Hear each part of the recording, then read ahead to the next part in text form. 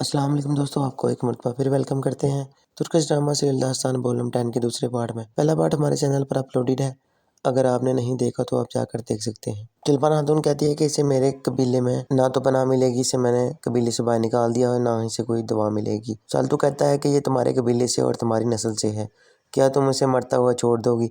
लेकिन तिलपन खातून कहती है, हाँ मैं इसे मरता हुआ छोड़ दूंगी, लेकिन ये मेरे कबीले से बाहर जाकर मरे।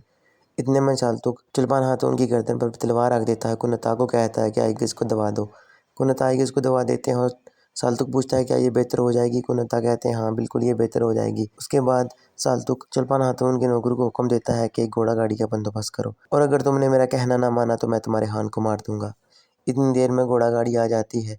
चुल्पान हाथून के एक नौकर और कुन्नता आइगिस को उठाकर घोड़ा गाड़ी में डाल देते हैं। दोस्तों उसके बाद कुन्नता आइगिस को लेकर कबीले से बाहर चले जाते हैं। साल्तुक एमे का दरवाज़ा बंद कर देता है और चुल्पान हाथून को कहता है कि तुम क्या करना चाहती हो और तुम क्या करने वाली हो?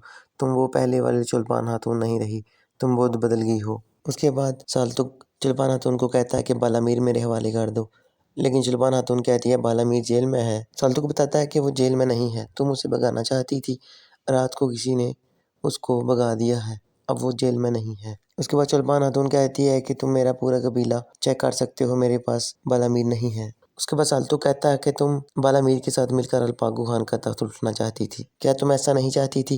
लेकिन चुल्पान हाथून कहती है साल्तू को यहाँ से चले जाओ और आज के बाद मेरे कबीले में बालामीर को ढूंढने मत आना। फिर साल्तू कहता है कि तुमने चीनियों के साथ मुआहदा किया है, तुम बालामीर के बदले तूतकीन और तमूर उन्हें दोगी। उसके बाद चुल्पान हाथून कहती है बालामीर हमारे कबीले में नहीं है, और अगर बालामीर यहाँ होता भी तो मैं तुम्हें न देती। दोस्तों उसके बाद साल्तू गुस्से से तलवार को नीचे फेंक कर खुद हेमे से बाहर निकल जाता है।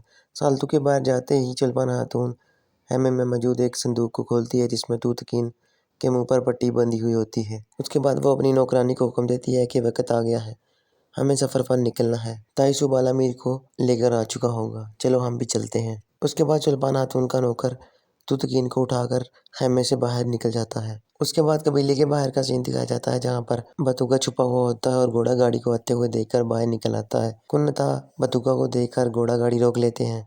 बतुका आइगिस से पूछता है कि अभी तक तुम जिंदा हो?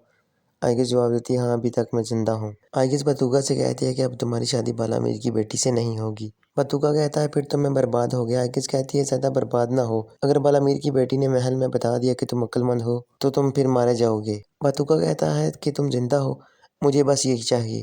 उसके बाद वो घोड़ा गाड़ी पर सवार हो जाता है और अपने सफ़र पर चल देते हैं। कुन्नता पूछता है कि किस तरफ जाना है? बतुका कहता है कि पहले तो हम कब्र को बंद करेंगे और आइगिस की तलवार भी वही है, हमें वो लेनी है वहाँ से। चलते हुए बतुका रास्ते में कुन्नता को कहता है अब चुल्पान खातून भी हमारी मदद नहीं करेंगी। कुन्नता बताता है अगर साल्तुक न होता तो आइगिस जिंदा न बचती। बतुका कहता है क्या ऐसा है? आइगिस बताती है कि चुल्पान खातून इलाज के लिए इजाज़त नहीं दे रही थी। उसके बाद आइगिस बतुका को कहती है तो महल जाकर सबसे पहले क्या करोगे?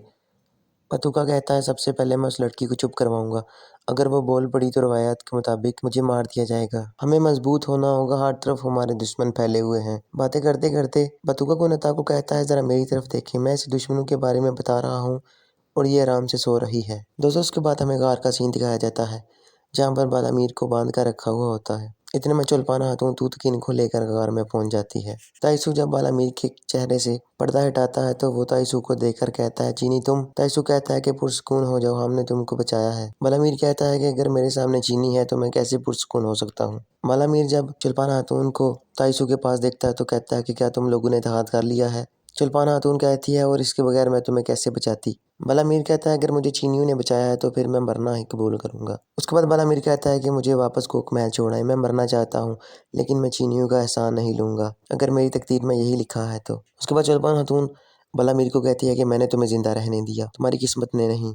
उसके बाद आइसू चुल्पान खातून को कहता है कि मैंने तुम्हारे साथ 2 लोगों का मुज़ाकरात किए थे, तैमूर कहाँ है?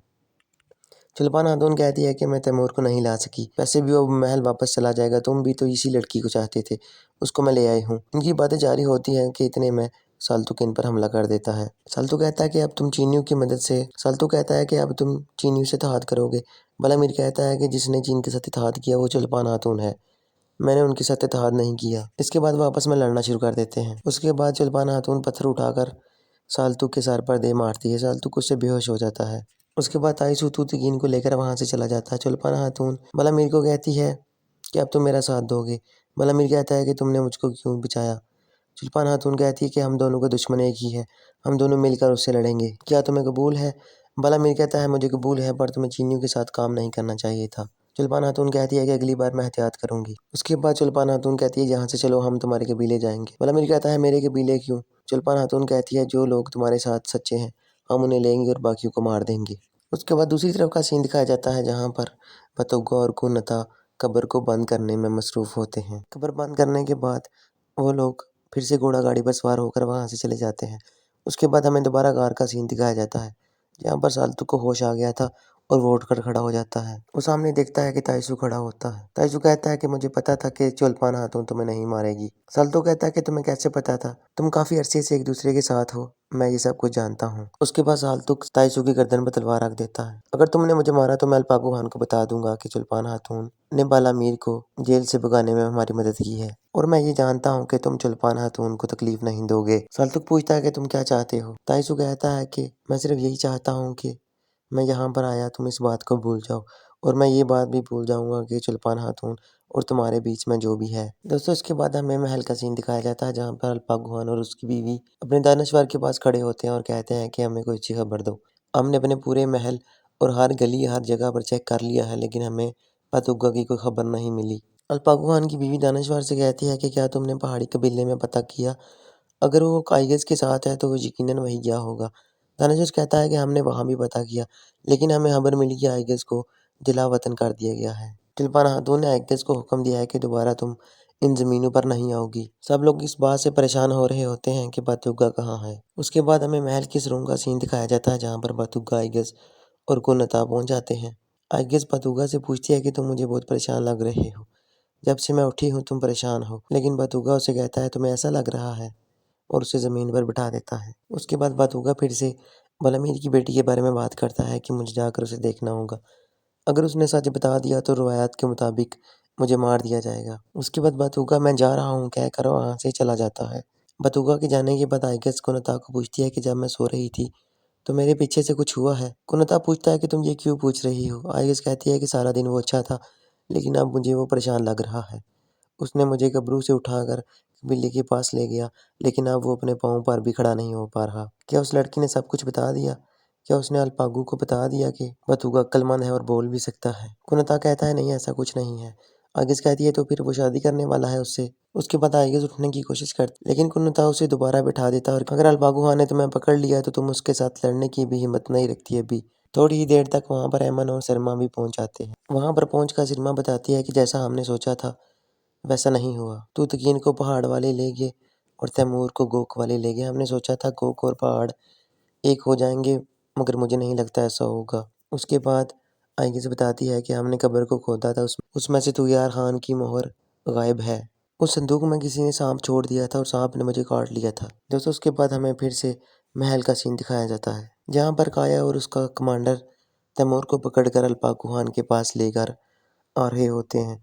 तैमूर कहता है अगर तूतकीन को कुछ हुआ तो मैं गोकटेंगरी की कसम खाता हूँ कि मैं उसका बदला लूँगा। उसके बाद अल्पागू खान के कमरे का दरवाज़ा खुलता है और वो दोनों तैमूर को लेकर अल्पागू खान के सामने पेश करते हैं। अल्पागू खान अपनी सीट से उठ जाता है। दोस्तों यहाँ पर हमारे दूसरे पार्ट का भी अख्ताम होता है। अगर आपको हमारी एक्सप्लेनेशन अच्छी लगे तो हमारे चैनल को सब्सक्राइब ज़रूर कीजिएगा। मिलते हैं थर्ड पार्ट में।